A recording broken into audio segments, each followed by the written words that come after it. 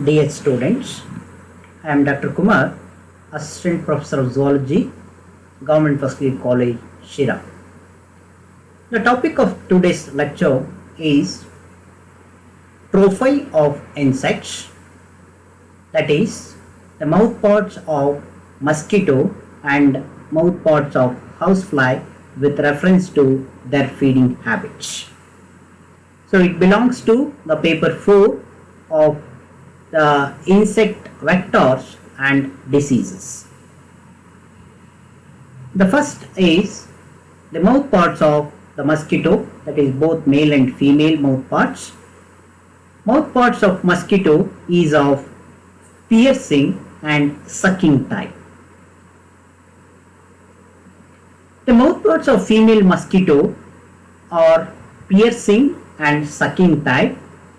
These types of mouthparts are present in almost all blood-sucking insects such as TSC fly, bedbug, etc. Female mosquitoes feed on the blood of warm-blooded vertebrates. The mouthparts of mosquito are modified for piercing the skin of the vertebrates and then sucking their blood. The mouthparts of the female mosquito includes different parts, that is the labium, labrum epipharynx, hypopharynx, mandibles and first maxilla. These mouthparts are characterized by stylets. Stylets are nothing but an elongated, long, pointed, hard, needle-like structures. Okay, so they are very pointed, elongated, needle-like structures, stylets. The number of stylets, these elongated, pointed, needle-like structures, their number varies in different blood-sucking insects. The following is the structure of the mouthparts in both male and female mosquito. So this slide shows the image or the diagram of the mouthparts in both male and female mosquito. The first one is the mouthparts of male mosquito and the second one is the mouthparts of the female mosquito. So let us go the part by part. The first part is the labium. It is a long, flexible, unpaired structure with a groove which is present in the mid-dorsal line. It is also called as proboscis. Okay, so an elongated tube-like structure, elongated long tube-like structure is what is called as labium, which is present both in the male mosquito as well as the female mosquito. Okay, and this labium bears groove, a canal-like structure which is present at the mid-dorsal side of the labium, and it appears like a proboscis. The labium bears a pair of lobes terminally called as labella. Here you can see the labium at the end, it is having a bifurcated structure.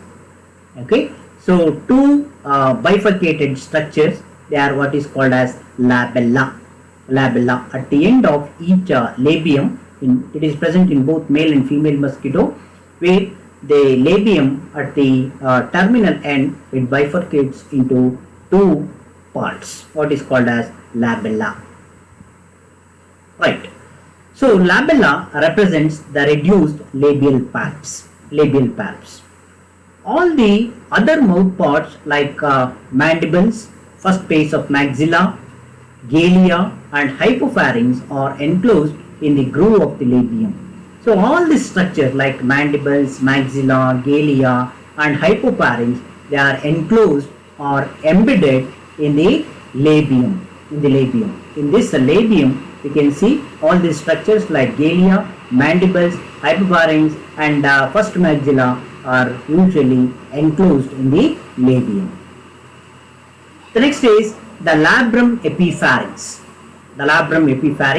So this is a compound structure This is a compound structure formed by the fusion of labrum and epipharynx. Labrum, that is the upper lip, and the epipharynx. So both are fused in order to form a single structure, what is called as labrum epipharynx. Here you can see. So this is the labrum epipharynx.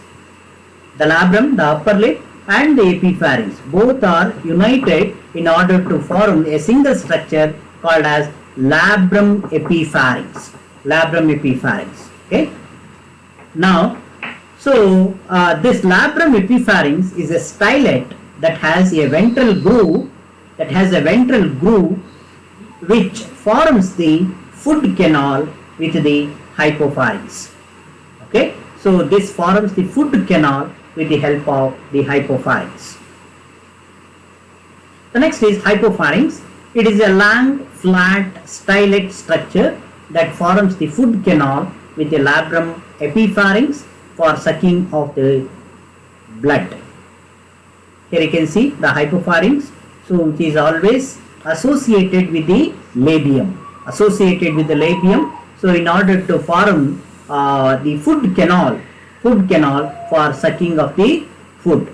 It also contains the salivary canal that injects saliva into the blood of the warm-blooded vertebrates. While feeding the blood, usually the mosquito injects saliva, so which contains the anticoagulating substance which prevents the coagulation of blood during feeding. The next is mandibles. There are two mandibles are present, each on either side. These are the stylets with the blade-like tips. Mandibles are having the blade-like tips.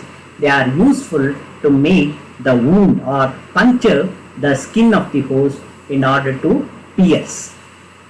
There are two first maxillae, one on each side. Each maxillae bears the maxillary pulp, and they are associated and they are helpful during feeding. The next is the mouth parts of male mosquito. The male Anopheles mosquito is an herbivore. So the male mosquitoes, they do not feed on the blood of vertebrates. Usually these male mosquito, Anopheles mosquitoes are herbivores in nature and feeds on plant sap, that is plant juice. Accordingly, the mouth parts are modified, and majority of the parts, the mouth parts are similar to that of the female Anopheles mosquito, but there are some variations. Usually the male mosquito, their sucking and feeding tube is well developed. In male mosquitoes, the sucking and feeding tube is well developed.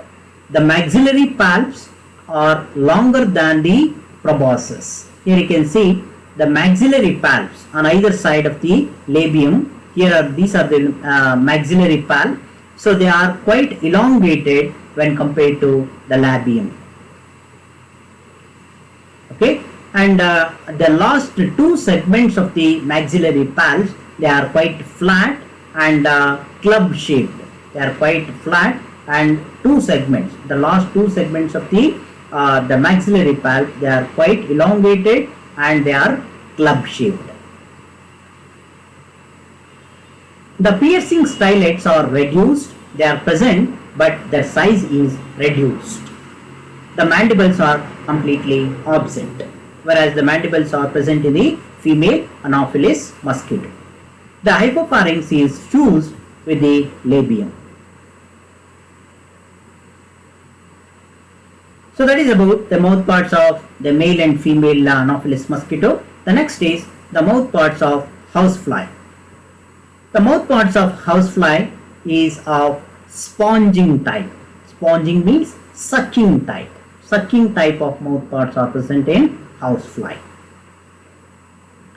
Mouth parts in housefly is of a sponging type. Housefly feeds on the different kinds of substances, mainly the organic substance, organic matter, that is the dead and decaying matter, exposed food in the houses, or even an open wound and the fecal matter, it takes liquid part of the material as food. Since it is sponging, it sucks the food. Okay, so it takes only the liquid part of the food material, When the housefly come across the sugars containing solid foods, then the housefly will scrape the solid sugar containing substances, and it will become liquefied. Before it consumes, it liquefies, it scrapes the solid food material which contains the sugary material. Okay, it scrapes, and after scraping it secretes saliva. Okay, so that it becomes liquefied. After liquefaction, usually through a sponging mechanism, it takes the sugary material inside. Right. The proboscis is divisible into three different parts. That is, the mouth part is produced into a tubular structure, what is called as rostrum, hastellum, and labellum. So this slide shows the structure of the mouth parts in case of housefly, where you can see in the mouth produces an elongated snout-like structure, a tubular snout, what is called as proboscis. Okay, so this proboscis is divided into different parts like rostrum, hastellum, and the labellum. So these are the three important parts, that is the rostrum, hastellum, and labellum. Okay, right. So rostrum, hastellum, and labellum. Hastellum and labellum are modified labium. Labium, that is what is called as the lower lip. The labium is the lower lip, which is modified. The modified lower lip is modified into two parts, that is hastellum and labellum. Right. The first, let us go one by one. Rostrum, hastellum, and labellum. The first one is the rostrum. It is the basal part of the proboscis. And it is proximally articulated with the head capsule, and it is distally articulated with a hastellum. Here you can see the rostrum is the basal part. The rostrum, this is the basal part of the head. Okay, so its proximal end is attached to the head. Okay, and its distal end, the other part is attached to the hastellum. One end is attached to the head capsule. Okay, that is the proximal end. The other end of the rostrum is attached, is a continuation of the hastellum. Okay, the rostrum encloses, inside the rostrum you can see the pharynx and the salivary duct.